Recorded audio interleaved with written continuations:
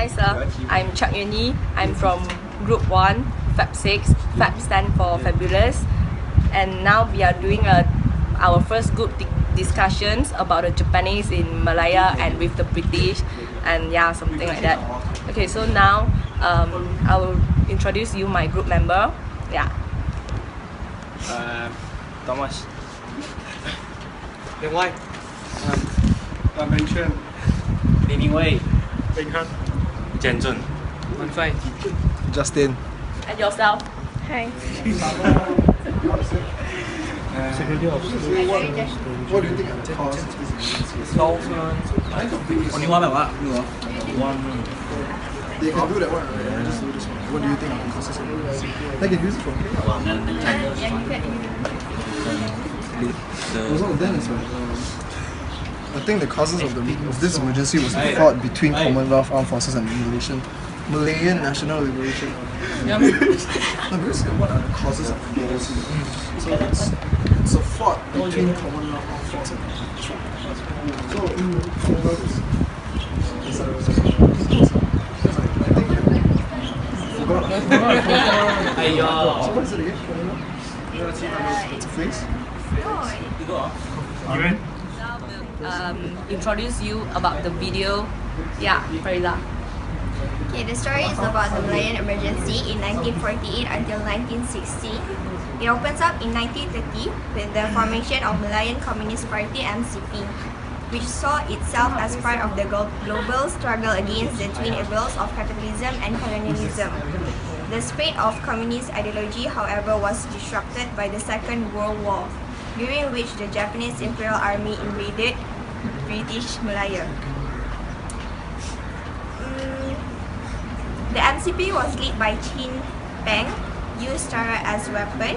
Their objective was to turn the country into a communist state. Then the answer for the first question is British does not pay enough attention to Malaya and they just care about the reach of economic in Malaya, and British is not alert enough, so the Japanese have the opportunity to take over Malaya.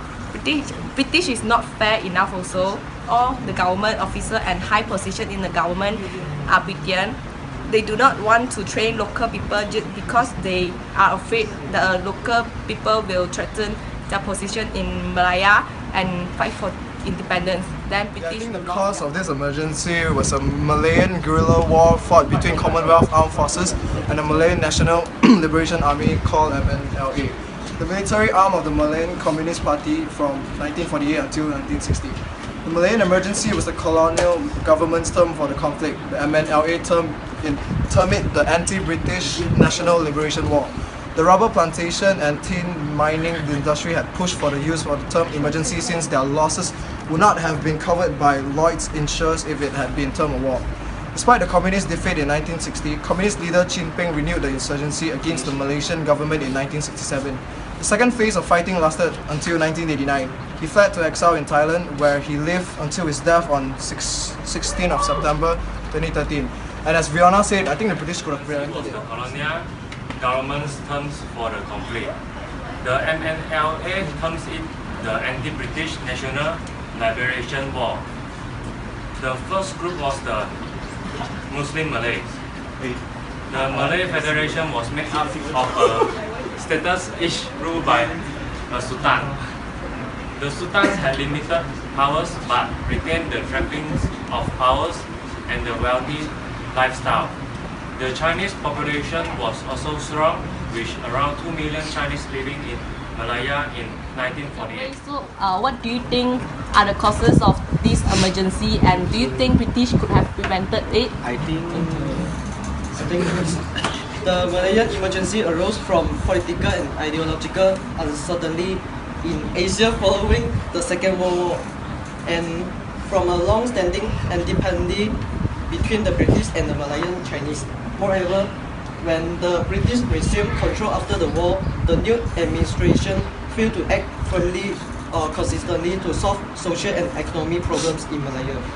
The administration's initial response to escalating violence on the part of the communists was also indecisive.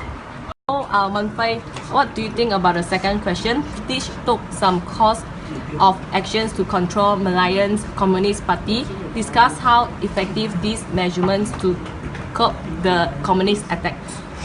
In 1930, the Malayan Communist Party was established with the objective of forming Republic of Communist Malaya.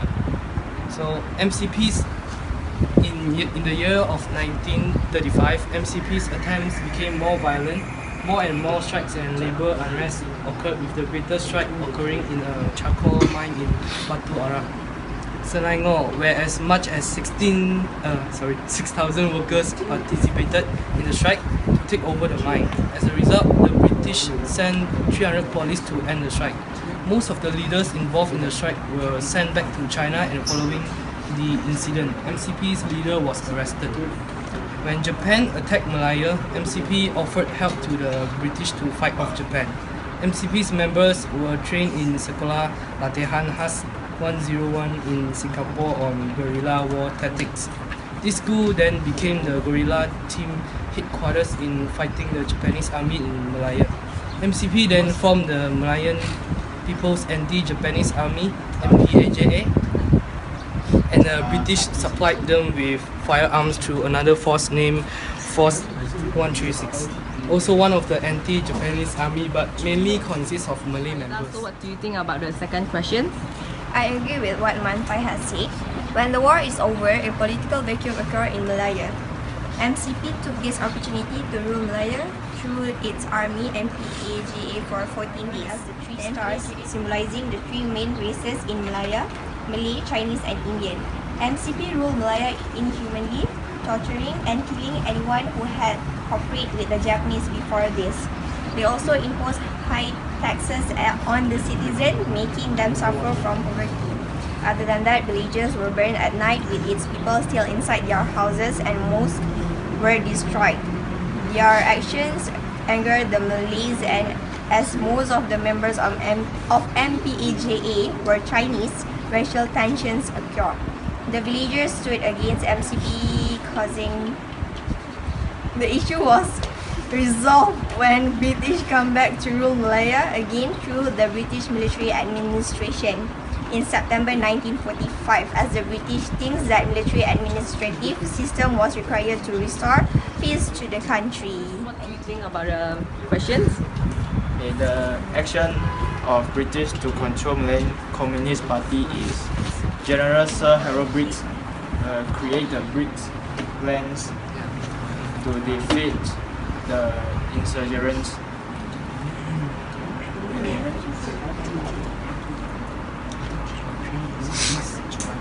The Briggs plans is first the relocation of some 500,000 rural Malayans, including 400,000 Chinese from squatter communities on the fringes of the forest into guard camp called New Village.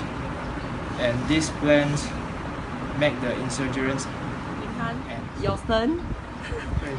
The NCP gained influence in trade union movement and organized several strikes, most probably at Batu Arang Core Mine in 1935. The NCP was headed by a central executive committee of 12 to 50 members. About 6 of these were appointed to the political disband the party when the CEC was not in session. Each state and state central executive committee and was in turn subdivided into several districts. The smallest unit of organized was the party cell, which technically consisted of the members from one workplace or village. Last party congress were held on an workers' What do you think about these questions? The army of Malayan People's Anti-British Army, which is also known as the MPNBA, was regrouped by the ex-MPAJ Army, which is Malayan People Anti-Japanese Army. The MPNBA changed their name to MPLA, which is known as the Malayan People Liberian Army. The MPLA was controlled by a central military committee. Jeffrey will continue. Next year, a paper prepared for commanded by the under Secretary of the State the danger that would affect the whole security of Southeast Asia. After that, the British also compete with the MCP in the world against the Japanese in Malaya. So all the analysis of the MCP moving in the pearl world suggest that the MCP was a threat to the British. Japanese in Malaysia have led the MCP to offer military accepted to the British. So it's important to note that the MCP strategy of cooperation with British was a tactical move rather than a long-term policy. That's all for our discussions. Thank you for listening and watching. Yeah, thank you. Bye bye. Thank you. Bye bye. Thank you. Thank you. Thank you.